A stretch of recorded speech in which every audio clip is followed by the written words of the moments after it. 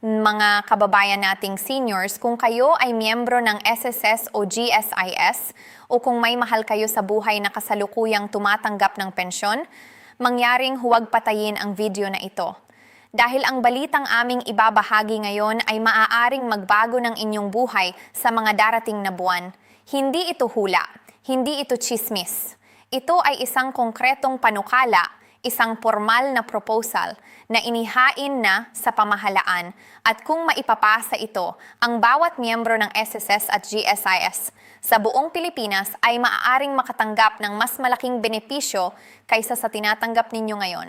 Ngayon, alam ko na marami sa inyo ay pagod na sa mga pangako. Marami na kayo narinig sa loob ng maraming taon.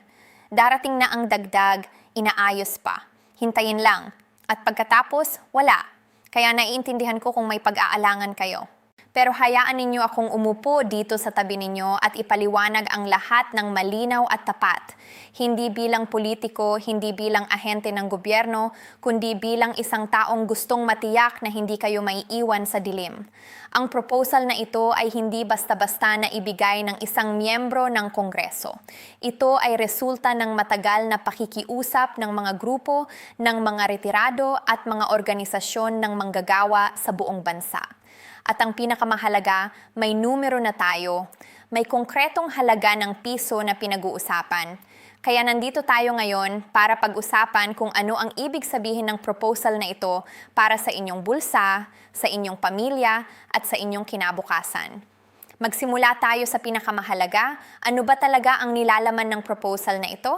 Ang pangunahing panukala ay naglalayong taasan ang minimum na pensyon para sa mga miyembro ng SSS at GSIS. Sa kasalukuyan, ang minimum na monthly pension ng SSS ay nasa halagang 5,000 piso bawat buwan, PHP 5,000, para sa mga miyembro na may sapat na kontribusyon.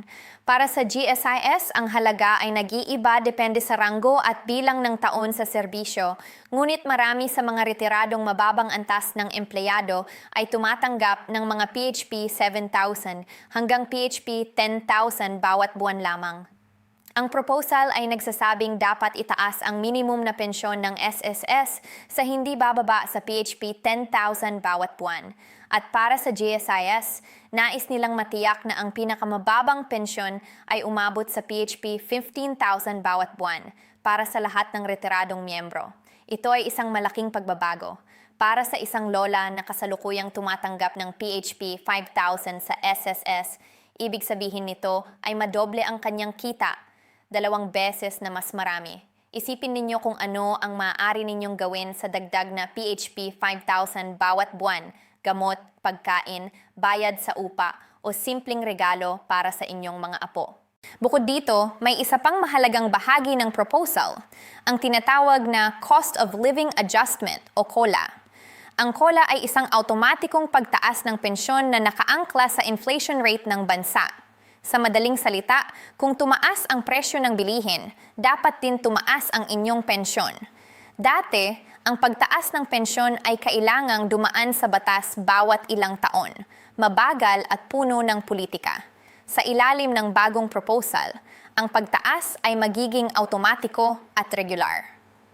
Ito ang nais ng mga organisasyon ng mga retirado sa loob ng maraming dekada. Ngayon, ang tanong na siguradong nasa isipan ninyo, ako ba ay kasama sa proposal na ito? Para sa mga miyembro ng SSS, ang proposal ay sumasaklaw sa lahat ng kasalukuyang tumatanggap ng retirement pension, kasama na ang mga tumatanggap ng total disability pension at ang mga nasa survivor's pension, yung mga balo o anak na tumatanggap sa ngalan ng namatay na miyembro.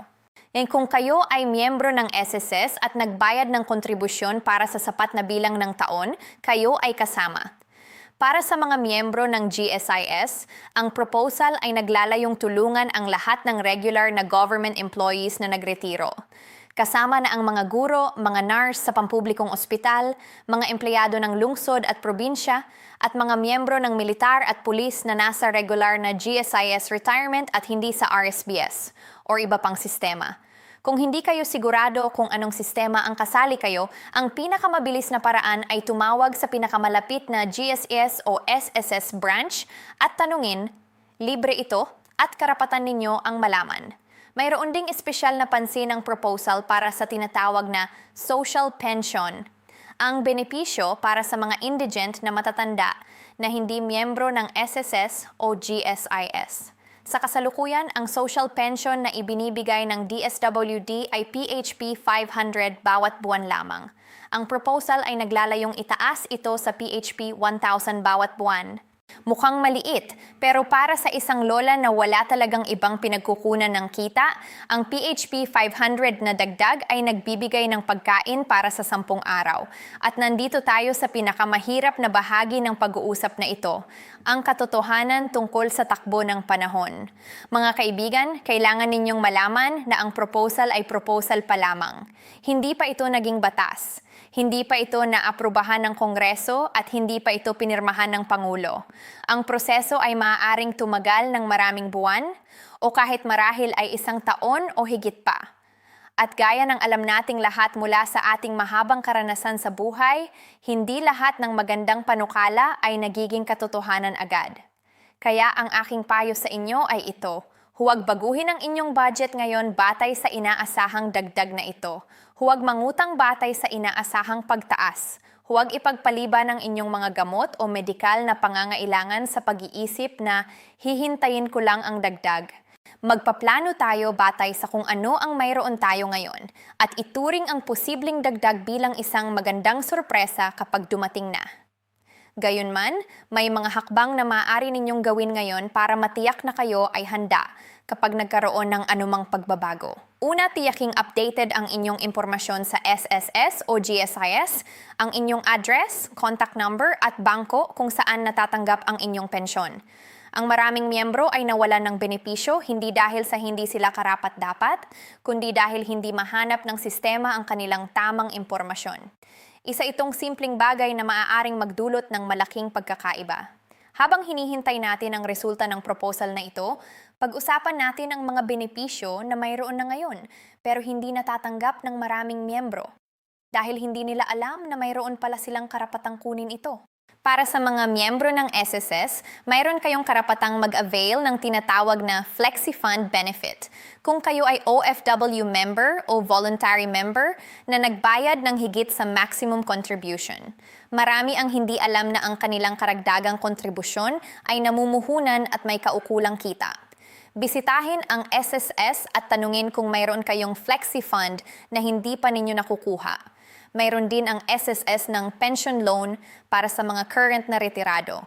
Isang programa kung saan maaari kayong humiram hanggang sa 3 buwang halaga ng inyong pensyon na babayaran sa loob ng 2 taon ng walang kolateral.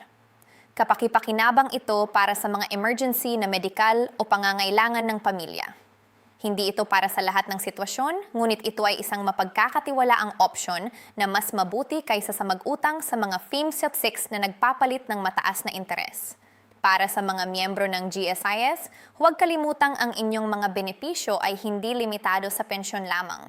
Mayroon kayong karapatang sa life insurance coverage, sa emergency loan at sa tinatawag na CONSO loan, ang consolidated loan na nagbibigay daan sa inyo na pag-isahin ang inyong mga dating utang sa mas mababang interes.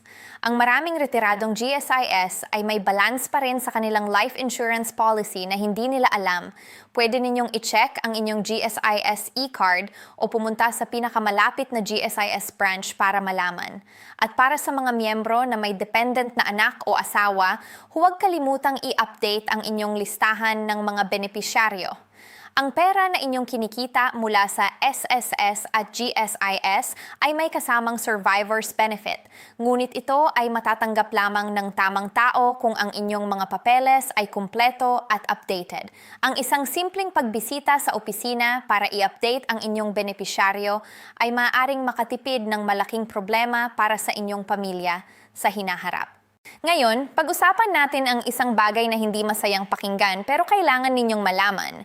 Ang mga sitwasyon kung saan ang inyong pensyon ay maaaring mabawasan o kahit makansela.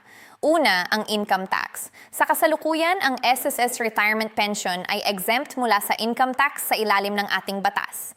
Ang GSIS pension ay gayon din. exempt sa income tax para sa mga pensioner.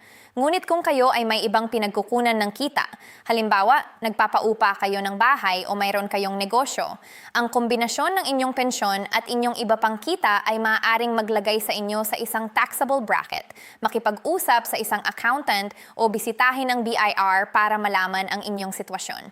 Pangalawa, ang re-employment. Kung kayo ay nagre-retiro mula sa GSIS at pagkatapos ay muling nagtatrabaho bilang isang kontraktual na empleyado ng gobyerno, maaaring may epekto ito sa inyong pensyon. Ang batas ay nagbabawal sa ilang sitwasyon na sabay na tumatanggap ng pensyon at sweldo mula sa parehong ahensya ng gobyerno.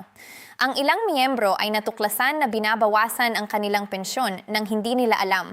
Kaya bago kayo tumanggap ng anumang trabaho sa gobyerno pagkatapos ng retirement, kumonsulta muna sa GSIS. Pangatlo, ang mga utang.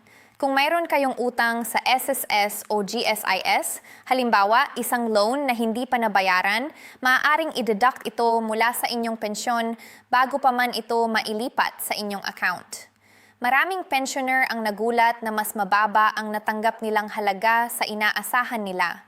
At ang dahilan ay may utang pala silang hindi nila naaalala. I-check ang inyong loan balance ngayon, huwag hintayin na mabigla kayo.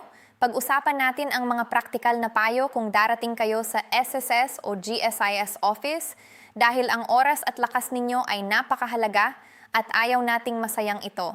Una, magdala ng kumpleto na dokumento.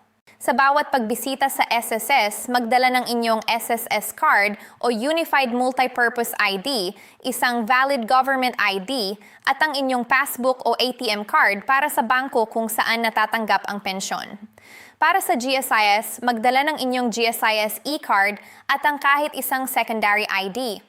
Ang pagdating ng walang kumpletong dokumento ay ang pinakakaraniwang dahilan kung bakit pinapauwi ang mga miyembro ng hindi naaasikaso. Pangalawa, pumunta ng maaga sa umaga, ideally bago mag-alas 8 ng umaga. Ang mga linya sa SSS at GSIS ay mabilis na lumawig, lalo na sa simula ng buwan kapag maraming nagtatanong tungkol sa kanilang pensyon. Kung may kasamahan kayong mas bata sa pamilya, mabuting magdala sila para makatulong sa pagkuha ng numero at sa paglipad-lipad ng mga papeles. Pangatlo, gamitin ang online na sistema bago pumunta sa opisina. Ang SSS ay may My SSS portal at ang GSIS ay may GSIS e-card online service. Dito maaari ninyong i-check ang inyong contribution history, loan balance at pension status nang hindi na kailangan pang pumunta sa opisina. Kung may anak o apo kayo na marunong gumamit ng computer o cellphone, humingi ng tulong para ma-set up ang inyong online account. Makakatipid ito ng oras at lakas. Pang-apat, kung may reklamo kayo o may hindi tama sa inyong pensyon, huwag matakot na magsalita. Mayroon kayong karapatang mag-file ng formal na reklamo sa SSS o GSIS. Humingi ng complaint form o request for reconsideration form at isubmit ito ng nakasulat. Ang mga verbal na reklamo ay madalas na hindi na ititala. Ang nakasulat ay may mas malakas na epekto. Ngayon, pag-usapan natin ang isang paksa na bihirang pag-usapan sa ganitong mga video. Kung paano pinakamainam na pamahalaan ang inyong pensyon para mas matagal at mas malaki ang makukuha ninyo. Ang unang estratehiya ay ang pagpapaliban ng pensyon kung kaya ninyo. Para sa SSS, ang miyembro ay maaaring magsimulang mag-claim ng pensyon sa edad 60 o ituloy ang pagbabayad ng kontribusyon hanggang 65. Kung maaari kayong magpatuloy, halimbawa, kung kayo ay self-employed o voluntary member, maaaring mas malaki ang inyong pensyon sa paglaon. Ang bawat karagdagang kontribusyon ay nagdaragdag sa computation ng inyong benepisyo. Pangalawa, ang tamang pagpili ng pension mode. Ang GSIS ay nagbibigay sa mga retirado ng pagpipilian, ang 5-year lump sum o ang cash payment with monthly pension. Ang 5 taon na lump sum ay ibinibigay sa inyo ng sabay-sabay ang halaga ng 5 taon ng inyong pensyon at pagkatapos ng 5 taon, magpapatuloy na ang buwanang pensyon. Ito ay kapaki-pakinabang kung kayo ay may malaking pangangailangan agad, tulad ng medikal na operasyon o bayad sa bahay. Ngunit kung wala kayong agarang pangangailangan, ang buwanang pensyon ay nagbibigay ng mas matatag na daloy ng kita. Kausapin ang isang pinagkakatiwalaang tao bago magdesisyon. Pangatlo, huwag kalimutan ang inyong karapatang sa PhilHealth. Ang lahat ng SSS at GSIS pensioner ay may karapatang sa libreng PhilHealth coverage, kabilang na ang inyong asawa bilang dependente. Ngunit ang benepisyong ito ay kailangan pang i-register. Maraming pensioner ang nagbabayad pa rin ng sariling PhilHealth premium nang hindi nila alam na libre na ito para sa kanila. Pumunta sa pinakamalapit na PhilHealth office at i-verify ang inyong status. Maaari kayong makatipid ng libu-libong piso bawat taon. Mga kababayan, mahal kong mga senior, nandito tayo sa katapusan ng ating pag-uusap ngayon at gusto kong mag-iwan sa inyo ng isang simpleng mensahe. Ang buhay ay hindi laging patas. Inform sa inyo ang nagtrabaho ng buong buhay, nagbayad ng buwis, nagbayad ng kontribusyon, naglingkod sa inyong mga pamilya at sa inyong mga komunidad, at ngayon, sa inyong mga taon ng pahinga, dapat na kayo ay tinatrato ng may dignidad at paggalang ng pamahalaan. Ang proposal na ito, kahit hindi pa sigurado kung magiging batas, ay isang tanda na may mga taong nakikinig. May mga taong nagsasabi na ang inyong kapakanan ay mahalaga. Ang aming trabaho ngayon ay manatiling alerto, manatiling informed at tiyaking hindi kayo maiiwan sa likod. I-share ang video na ito sa inyong mga kaibigan, sa inyong mga kababayan, sa inyong mga grupo, sa Facebook or sa inyong samahan ng mga retirado. Dahil ang mas maraming tao na nakakaalam, mas malakas ang ating tinig bilang isang komunidad. And kung may mga katanungan kayo tungkol sa inyong specific na sitwasyon, sa inyong pension amount o sa anumang detalye ng inyong SSS o GSIS account, huwag matakot na pumunta sa opisina o tumawag sa kanilang hotline. Ang SSS hotline ay 1455 at ang GSIS ay maaaring maabot sa 847-4747. Ang mga tanong ninyo ay may katumbas na sagot at may karapatang malaman ang bawat isa sa inyo. Maraming salamat sa inyong panunood. Ingatan ninyo ang inyong sarili, ingatan ang inyong pamilya, at huwag hayaang lumipas ang isang araw nang hindi ninyo pinapalaki ang inyong kaalaman. Sapagkat ang kaalaman, lalo na sa mga bagay na tulad ng inyong pensyon, ay pera, literal na pera. At kayo ay karapat-dapat sa bawat sentimo nito.